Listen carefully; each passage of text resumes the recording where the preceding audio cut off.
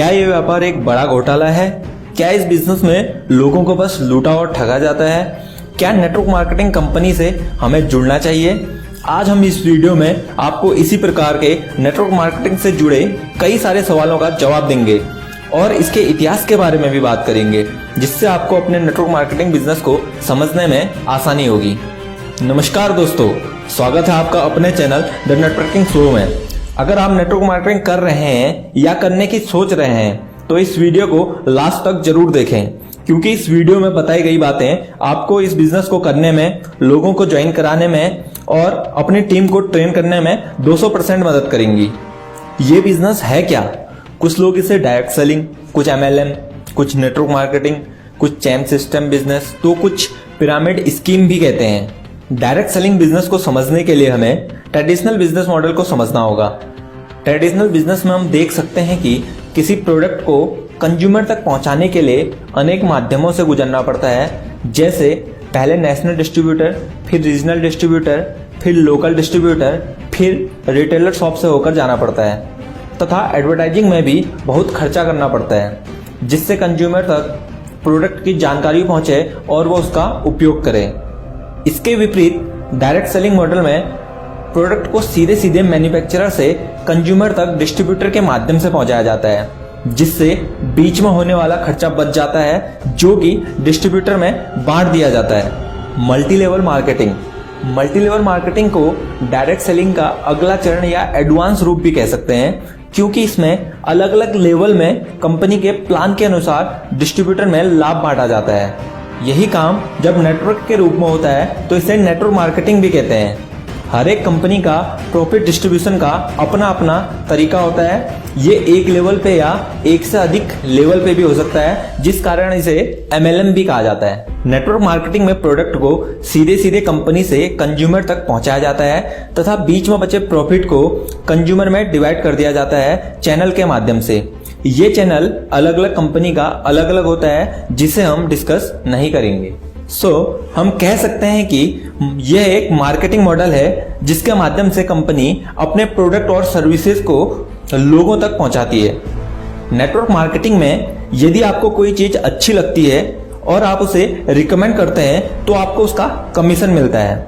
इसमें एक और फायदा यह होता है कि जब वो दूसरा व्यक्ति भी उसे रिकमेंड करता है तब भी आपको उसका कमीशन मिलता है।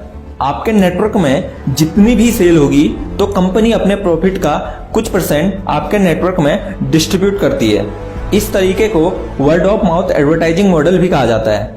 यह उसी तरह है जैसे बचपन में हम चीजें को रिकमेंड करते थे, बट उसका हमें कोई फायदा नहीं होता था, परंतु यहाँ हमें रिकमेंड करने का लाभ प्राप्त होता है।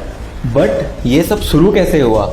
आइए जानते हैं डायरेक्ट सेलिंग, MLM और नेटवर्क मार्केटिंग के इतिहास के बारे में।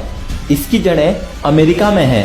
1800 के दशक की शुरुआत में विभिन्न यात्रा करने वाले विक्रेता, जिन्हें कैनवसर्स, पैडलर्स, हाकर और ड्रमर्स के रूप में भी जाना जाता था, ने स्वयं के प्रशिक्षित बिक्री संगठनों का निर्माण शुरू किया, जो आम लोगों की सभी जरूरतों का सामान पहुंचाते थे। इसके बाद 1885 में साउथ वेस्टर्न नाम के पब्लिशर ने अपनी बुक द बाइबिल को बेचने के लिए डोर टू डोर सेलिंग का प्रयोग किया।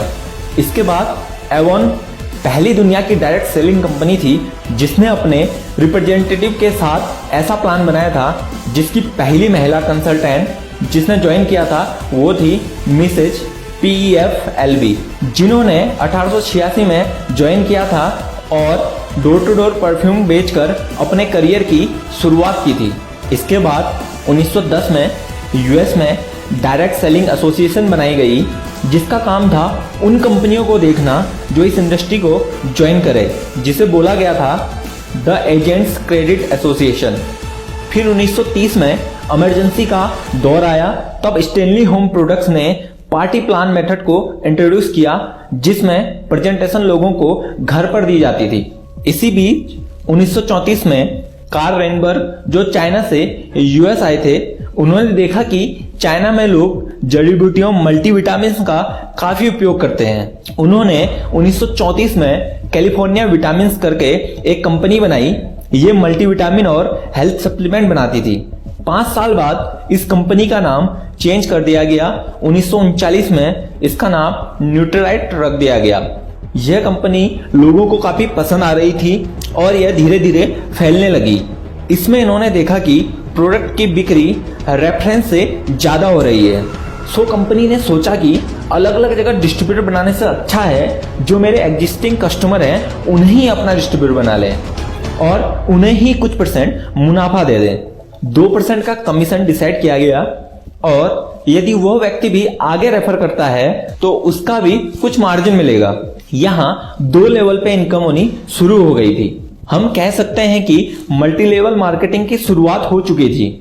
इसके बाद 1949 में 2 लोगों ने न्यूट्रलाइट को ज्वाइन किया, जिनमें से एक थे जे वैन एंडेल और रिचर्ड डेविस। 10 साल इन्होंने कंपनी में काफी मेहनत से काम किया और इसके बाद न्यूट्रलाइट से अलग हो गए। इसी बीच 1951 में टपरवेयर आई, जिसने रिटेल और पार्टी प्लान मेथड दोनों से शुरुआत की, लेकिन इन होम डेमोन्स्ट्रेशन अप्रोच ने इतना अच्छा बिजनेस किया कि उन्हें रिटेल मार्केट से सारा स्टॉक डायरेक्ट सेलिंग के लिए मंगाना पड़ा। इसके बाद 1963 में मैरी की एस आई, जिन्होंने अपनी सारी जिंदगी की पूंजी अपने बिजनेस में लगा दी और उन्हें उसमें अपार सफलता भी मिली। परंतु इससे पहले 1959 में न्यूट्रलाइट से अलग हुए जे वैन एंडेल और रिचर्ड डेविस ने एक कंपनी की स्थापना की जिसका नाम एमवे था, जिसका पूरा नाम द अमेरिकन वे था।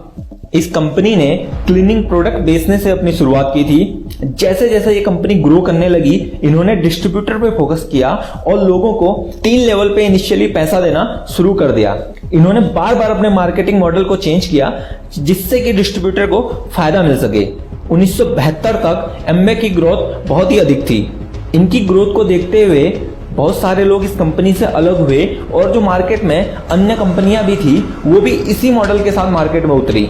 इन कंपनियों ने बिना प्रोडक्ट के ही प्लान को बेचा और कई सारे लोगों को बेवकूफ बनाया। अमेरिकन गवर्नमेंट ने इन सब कंपनी से परेशान होकर इनके खिलाफ एक्शन लिया और उन्होंने इसे पिरामिड स्कीम बताया जो कि इलीगल था। 1975 में यूएस फेडरल ट्रेड कम्युनिटी ने एमवे पे भी केस कर दिया कि ये कंपनी भी इलीगल है। यह केस 4 साल तक चलता रहा और उसके बाद एमवे को एनओसी मिला कि ये कंपनी इलीगल नहीं है। एनओसी मिलने के बाद एमवे ने और भी अधिक तेजी से प्रोग्रेस की और पूरे वर्ल्ड में अपनी जड़ें फैलानी शुरू कर दी। 1994 में एमवे ने न्यूट्रलाइट को ही खरीद लिया।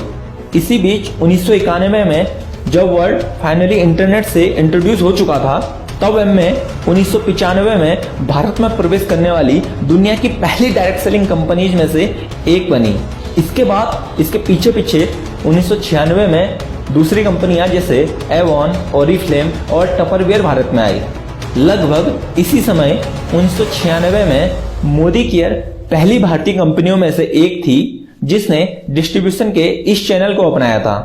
इसके बाद इंडस्ट्री बहुत ही टफ फेज से गुजर रही थी क्योंकि मार्केट में इस समय बहुत अन्य कंपनी द्वारा अनऑफिशियल काम किया जा रहा था, फ्रॉड किया जा रहा था, पॉन्जी स्कीम्स चलाई जा रही थी जिसे ग्रे मार्केटिंग भी कहते हैं। तब finally Indian direct selling association IDSA का निर्माण किया गया जिसका काम था अनऑफिशियल एक्टिविटी के खिलाफ पॉलिसी बनाना ताकि इन अनऑफिशियल एक्टिविटीज को बंद किया जा सके और ग्रे मार्केटिंग को फैलने से रोका जा सके। 2003 से 2015 तक IDSA ने गवर्नमेंट से एक रेगुलेटरी बॉडी के निर्माण के लिए अपील की ताकि डायरेक्ट सेलिंग को कानूनी तौर पर किया जा सके। 2015 में डायरेक्ट सेलिंग की एक रिपोर्ट भी तैयार की गई जिसे कहा गया mapping the industry across Indian states, जिसके अनुसार कहा गया था Indian direct selling industry 75 billion INR की इंडस्ट्री है और 2025 तक 645 बिलियन INR की इंडस्ट्री तक पहुंचने का पोटेंशियल है और 2008 से 2013 तक इंडस्ट्री की कंपाउंड एनुअल ग्रोथ रेट 16% देखी गई, बट 2014 में इसमें 4% की गिरावट देखी गई और 9 सितंबर 2016 को इंडियन गवर्नमेंट ने मिनिस्ट्री ऑफ कंज्यूमर अफेयर्स के थ्रू डायरेक्ट सेलिंग गाइडलाइन बनाई। गाइडलाइन आने के बाद इंडस्ट्री में 3% की गिरावट देखी गई जिसका कारण था मार्केट में लगातार बढ़ रहे फ्रॉड्स, पॉन्जी स्कीम्स और ग्रे मार्केटिंग। लेकिन जब से गाइडलाइन आई तब से ग्रे मार्केटिंग काफी हद तक कम हो गई है। क्यों लोग इस इंडस्ट्री से जुड़ना नहीं चाहते?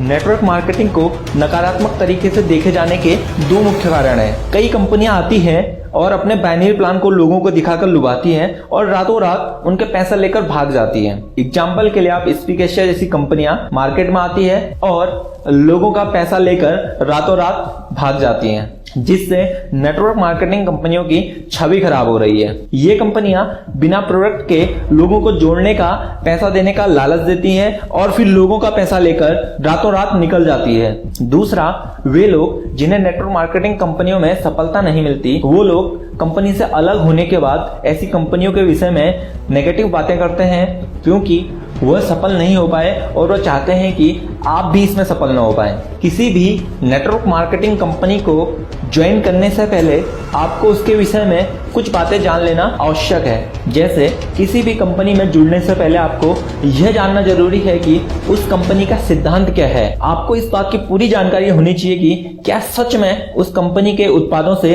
लोगों को फायदा मिलेगा। ऐसी कंपनी जिसका कोई अच्छा प्रोडक्ट ना हो और बिना किसी सिद्धांत के वो कंपनी मात्र लोगों को जोड़ने से करोड़पति होने के सपने दिखा रही हो, तो ऐसी कंपनियों से दूर रहना चाहिए, क्योंकि ऐसी कंपनियां ज्यादा दिन नहीं चल पाती। कंपनी में जुड़ने से पहले आपको यह देखना चाहिए कि वहां के लोग अच्छे हैं या नहीं। अच्छे लोगों से यहाँ पर मतलब है ऐसे लोग जो हमेशा सकारात्मक सोच रखते हैं, क्योंकि सकारात्मक सोच वाले लोगों से जुड़ने पर लोगों के अंदर भी सकारात्मक सोच आती है। कुछ कंपनियां सिर्फ लोगों को कंपनी से जोड़ने की बात करते हैं। उन कंपनियों में किसी प्रकार के ज्ञान और सकारात्मक विचारों पर बात नहीं होती। ऐसी कंपनियों से भी आपको दूर रहना चाहिए, क्योंकि जहां ज्ञान नहीं होता वहां सफलता पाना संभव नहीं। किसी भी नेटवर्क मार्केटिंग कंपनी में एक अच्छे लीडर का होना बहुत ही जरूरी है। ये लीडर वो लोग होते हैं जो ग्रुप के लोगों के साथ अपने ज्ञान को अच्छे से बांटते हैं, क्योंकि कंपनी की सफलता उसमें बनने वाले लीडर पर भी निर्भर करती है। अगर कंपनी में अच्छे लीडर होंगे तो नए लोगों को अच्छी ट्रेनिंग मिलेगी और सफलता पाना आसान होगा। किसी भी नेटवर्क मार्केटिंग कंपनी में काम करने वाले लोगों के लिए ये जरूरी है कि उस कंपनी में किस प्रकार की ट्रेनिंग दी जा रही है, ट्रेनिंग का तरीका कैसा है। कंपनी और उस कंपनी से जुड़े लोग तभी आगे बढ़ सकते हैं जब उस कंपनी में ट्रेनिंग पर सबसे ज्यादा ध्यान दिया जाता हो। जो कंपनी आपके व्यक्तित्व के विकास के लिए आपको ट्रेनिंग न दे रही हो या आपको आगे बढ़ने की प्रेरणा न देती हो, तो ऐसी कंपनियों से दूर रहना चाहिए। मैं आपको नेटवर्क मार्केटिंग कंपनी से जुड़ने के कुछ फायदों के बारे में बताता हूँ। नेटवर्क मार्केटिंग में अन्य बिजनेस की तुलना में कम इन्वेस्टमेंट करना पड़ता है, जिससे कि नुकसान का डर बहुत कम होता है। यह ऐसा प्लेटफॉर्म है जहां आप बहुत कम उम्र में बहुत कुछ ज्ञान प्राप्त कर सकते हो। नेटवर्क मार्केटिंग से जुड़ने पर आपको इतना सम्मान मिलता है कि एक बड़े नेता को भी नहीं मिलता। नेटवर्क मार्केटिंग में अगर आप एक बार अच्छी मेहनत करके अपना एक अच्छा ग्रुप बना लेते हैं तो जीवन भर आपको इनकम आती है, परंतु आपको मेहनत हमेशा ही करनी पड़ेगी ताकि आप बेहतर बन सकें और आगे बढ़ते रहें। आप भले ही नेटवर्क मार्केटिंग कंपनी में असफल हो जाएं, परंतु यदि उस कंपनी में लोग अच्छे हैं, कंपनी का सिद्धांत अच्छा है, कंपनी में लीडर अच्छे हैं, कंपनी में ट्रेनिंग पर ध्यान दिया जाता है, कंपनी आपके व्यक्तित्व के विकास के लिए ध्यान देती है, तो आपको उस कंपनी से मिले ज्ञान की मदद से अपने जीवन में किसी न किसी क्षेत्र में अवश्य सफलता मिलेगी। अगर आपको स्टेज फियर है, लोगों से बात करने में डर लगता है, तो कुछ दिनों के लिए सही, लेकिन किसी अच्छी नेटवर्क कंपनी के साथ आपको जुड़ना चाहिए, क्योंकि इसके बाद आपके ये सारे डर दूर हो जाएंगे और आपका आत्मविश्वास भी बढ़ेगा। इस बिजनेस की एक विशेषता यह भी है कि इसमें आप अपने मनचाहे समय के अनुसार काम कर सकते हैं। नेटवर्क मार्केटिंग में पावर ऑफ कंपाउंडिंग काम करता है। एज ए एग्जांपल मैं आपको बताऊं, जैसे कि मान लो आप कोई अनाज की खेती करते हो, तो उसमें लगभग 4 से 6 महीनों में वो फसल तैयार होती है और अगली बार आपको फिर वही सेम प्रोसेस दोहरानी पड़ती है। मगर यदि उसी जगह हम किसी फल का एग्जाम्पल लें, जैसे मान लो आप सेब के बीज बोते हो, तो उसे फल देने के लिए, तैयार होने के लिए हो सकता है 4 से 5 साल लग जाएं, लेकिन उसके बाद वो आपको लगातार और बार बार आपको फल देता रहेगा, यानी कि आपको कंपाउंडिंग रिजल्ट मिल रहे हैं। नेटवर्क मार्केटिंग में भी ऐसा ही होता है। जब एक बार आप मेहनत करके अपना एक अच्छा ग्रुप बना लेते हैं तो पावर ऑफ कंपाउंडिंग काम करता है। एक जॉब और किसी दूसरे बिजनेस की बात करें तो वहां भी आपको मेहनत करनी पड़ती है, परंतु वहां कंपाउंडिंग रिजल्ट आपको नहीं मिलता है। लास्ट में मैं आपको सिर्फ इतना कहना चाहूंगा कि नेटवर्क मार्केटिंग रातों रात अमीर बनाने वाला बिजनेस नहीं है। सफल होने के लिए आपको यहाँ कड़ी मेहनत करनी पड़ती है। अगर कोई आपसे कहे कि आप आते ही करोड़पति बन जाओगे तो वो झूठ बोल रहा है, क्योंकि कोई भी बिजनेस रातों रात आपको अमीर नहीं बनाता। आपको अपने सपने पूरे करने के लिए लगातार मेहनत करती रहनी पड़ती है। अगर कोई आपसे कहे इसमें आने के बाद आपको बिना कुछ किए सारे सपने पूरे हो जाएंगे, तो ऐसा बिल्कुल भी नहीं होगा।